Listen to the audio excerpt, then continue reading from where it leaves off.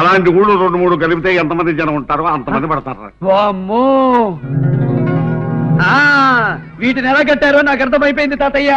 ఏమిటో నీకు అర్థమైపోయింది, ఎలా కట్టారో చెప్పు. ముందు కింద పడుకోబెట్టి కట్టి తర్వాత నిలబెట్టారు కద్ద. అవును, పెద్ద. అది కూడా తెలీదు, పెద్ద. ఏంటి తాతయ్య, డాక్టర్ గారి గది ఇంత చిన్నదా?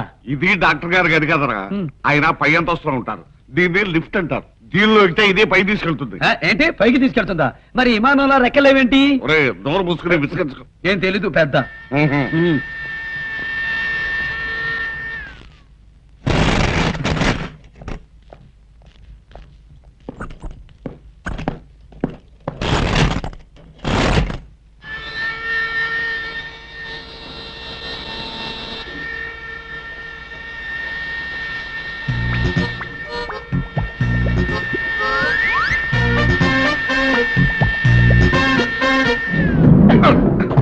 క్షమించండి, వాడికి ఏం తెలియదు.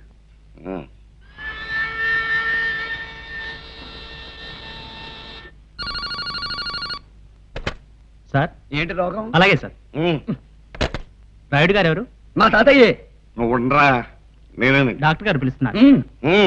నువ్వు రానక్కర్లేదు. నేను వచ్చే వరకు నువ్వు ఎక్కడికి వెళ్ళకుండా ఇక్కడే ఉండాలి, అర్థమైందా? అలాగే.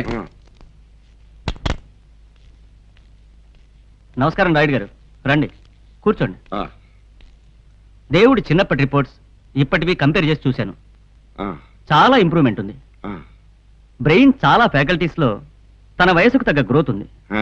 కొన్ని పార్ట్స్ లో 10 ఏళ్ల కుర్రాడికి ఉండే గ్రోత్ మాత్రమే ఉంది. ఇంకా 2-3 ఏళ్లలో అతను పూర్తిగా నార్మల్ అయ్యే అవకాశం కనిపిస్తుంది. ఒక్క పెగ్గితనం తప్ప మిగతావన్నీ బాగానే ఉన్నాయి డాక్టర్ గారు. కాకపోతే పెళ్లి మాట ఎత్తేసరికి పారిపోతున్నాడు. అదే అతన్ని పెంచిన తల్లికి మాకు బెగ్గగా ఉంది. తల్లిదండ్రులు తనని కని వదిలేశారన్న విషయం అతని మనస్సులో బలంగా నాటుకుపోయింది.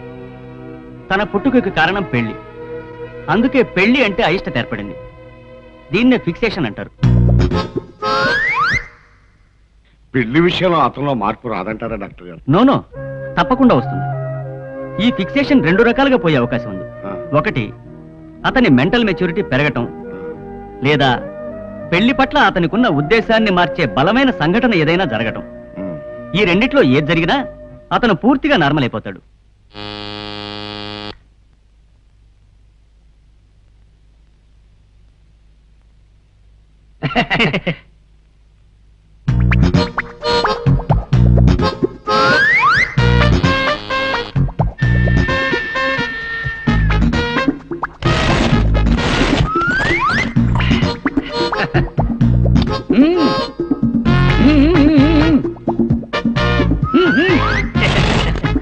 Funny fellow.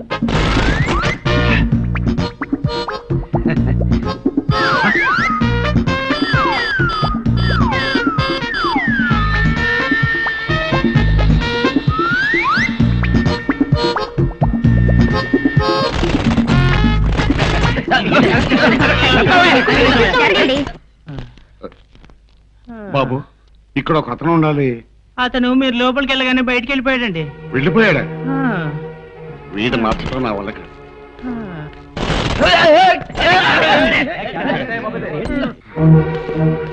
బాబు, గడత కొదడుకుని మొహం పెట్టుకున్న కుర్రాడు మీకు ఏమన్నా కనపడ్డా? కనపడలేదండి. కనపడలేదా?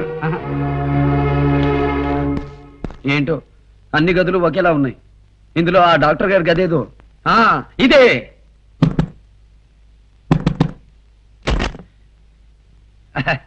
ఎవరు? మా తాతయ్య. బాబు, నీకోసం ఎదురు చూస్తున్నాం. నమస్కారం బాబు. నమస్కారం అండి. నమస్కారం. కూర్చోండి. ఇక్కడ కాదు, అక్కడ కూర్చో బాబు. అబ్బాయి ఒట్టు పొడుగు చాలా బాగున్నాడు. తిక్క శంకరేశ్వరం వల్ల ఇంటి వాళ్ళ ఉన్నాడు. మంచి కండపుష్టి. బాబు, ప్రయాణం అది బాగా జరిగిందా? చాలా బాగా జరిగిందండి. భలే సరదాగా ఉండిందండి లిఫ్ట్ ఆట. కాకపోతే తాతయ్య కోపడతాడని వచ్చేసాను. స్వీట్స్ తీసుకోండి బాబు, మొహమాట పడకండి. భలే వారండి, ఇందులో మొహమాటమే ఉంది. చూడడానికి అన్ని బాగున్నాయి. చూడడానికే కాదండి, తినడానికి కూడా చాలా బాగున్నాయి. కండ పుష్టే కాదు, నాలాగా మంచి తిండి పుష్టి కూడా ఉంది.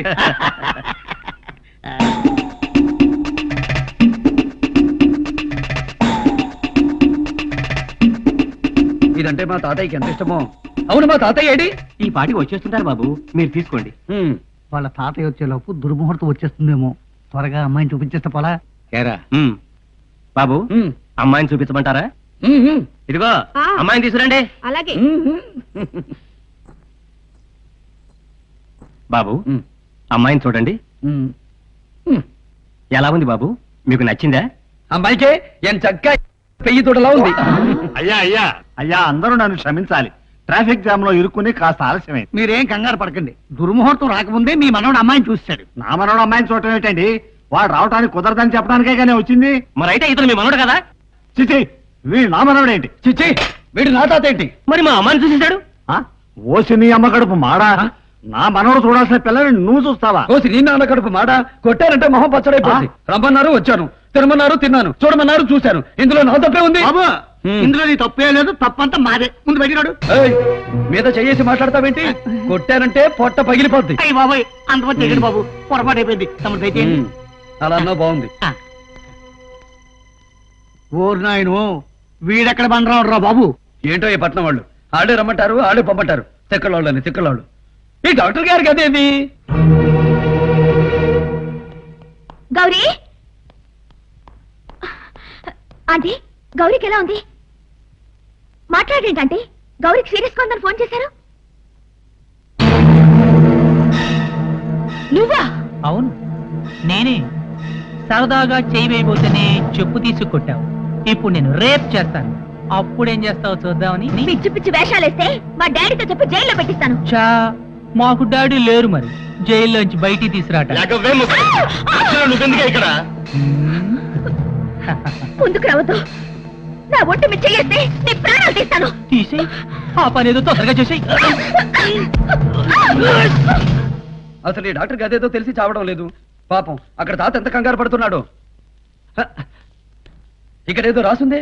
ఆ, ఇదే అయి ఉంటుంది. అమ్మో, ఎందుకు వచ్చిన గొడవ? అవునో కాదు? ఆ, బొమ్మ బరసా వేసుకు చూద్దాం. ఆ?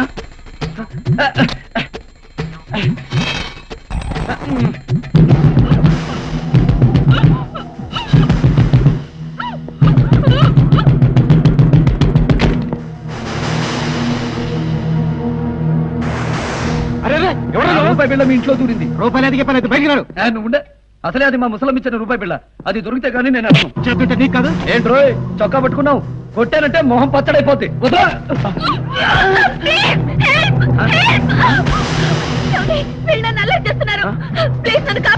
ఒరేయ్ ఒరేయ్, ఏంట్రా అది?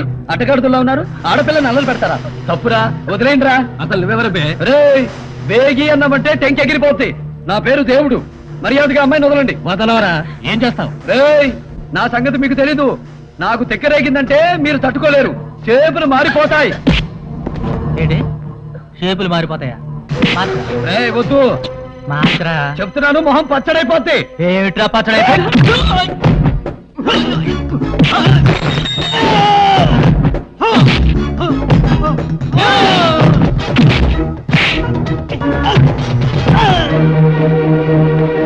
దేవుడు,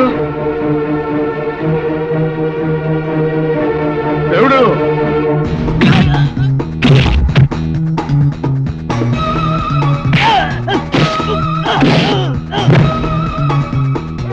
దేవుడు.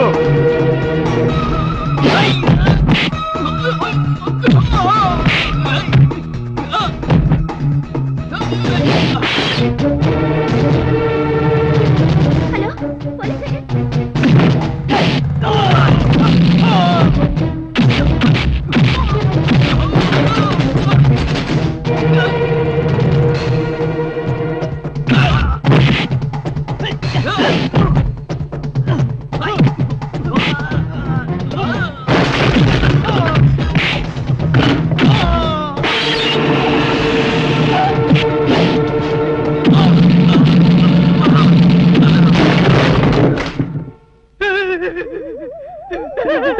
సర్లే ఊరుకో. తప్పుడు పనులు చేయొద్దంటే విన్నావా? ఇప్పుడు చూడు, పళ్ళు ఊడిపోయాయి. మళ్ళీ పళ్ళు మొలిచే వయసు కూడా కాదు. దున్నపోతలా ఉన్నావు. రెండు పళ్ళేగా, కట్టించేసుకో. అమ్మో, మర్చిపోయాను. నా రూపాయి బిళ్ళ.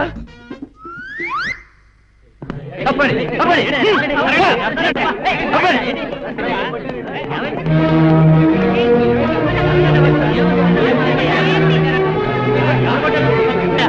అమ్మయ్యా నా రూపాయి బిళ్ళ దొరికేసింది.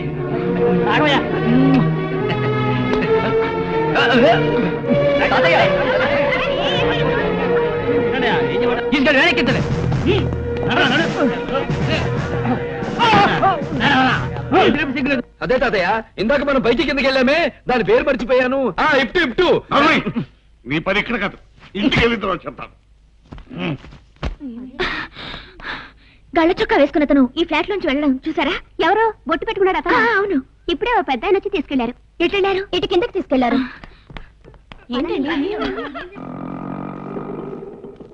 ఎక్కడికి వెళ్ళాలి సార్? అదేనయ్యా, నా పోలీస్ స్టేషన్ పక్కన బాబాయ్ లాడ్జి. లాడ్జి గంట పెట్టి నాకు బస్సు చూపించవా? ఆహా, చేసిన నిర్వహించాలక బస్సు చూపించాలట. ఎక్క. నేను ఎక్కను, నేను బస్తీ చూడాలి. ఇదిగో, నువ్వు ఎక్కుతావా ఎక్కవా? నేను బస్తీ చూడాలి. ఆఖరిసారిగా అడుగుతున్నాను, ఎక్కుతావా ఎక్కవా? నేను బస్తీ చూడాలి. సరే నీ కర్మ, నువ్వు ఇక్కడే తగలడు. నువ్వు పనివే. ఒరేయ్ నల్లుడా, బండి కదిలిందంటే నీ మొహం పచ్చడైపోద్ది. నువ్వు పనివే.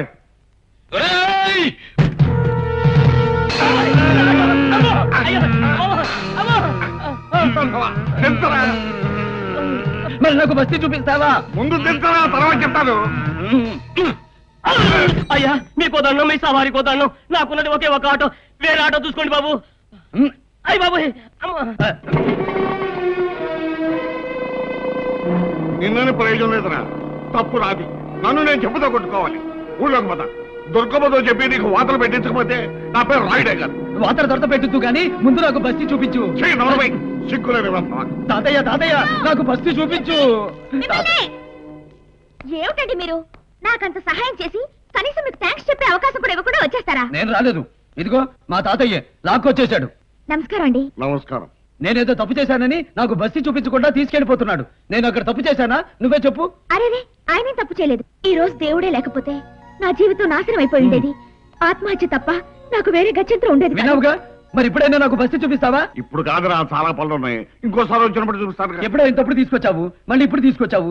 ఇంకోసారి నువ్వు తీసుకొచ్చేటప్పటికి నేను నియంత అయిపోతాను. అదేం కుదరదు, నేను ఇప్పుడే బస్తీ చూడాలి. ఏమండి, మీరు ఏ ట్రైన్ కి వెళ్ళాలి? మేము నర్సపూర్ ఎక్స్ప్రెస్ వెళ్ళాలమ్మా. మీకు అభ్యంతరం లేకపోతే ఈయనకి దేవుడు. దేవుడికి నేను బస్తీ చూపిస్తాను. నిజంగా? అవును. ఇదిగోనమ్మాయి, వీడి సంగతి నీకు తెలియదు. వీడు అసలేం తోకలేరు కొద్ది. వీడితో నువ్వు పడలేవు కానీ ఎందుకు వచ్చిన శ్రమమ్మా నీకు? నాకంత సహాయం చేసిన దేవుడి కోసం ఆ మాత్రం శ్రమ పడ్డంలో తప్పే ఉందండి. కాదనకండి ప్లీజ్.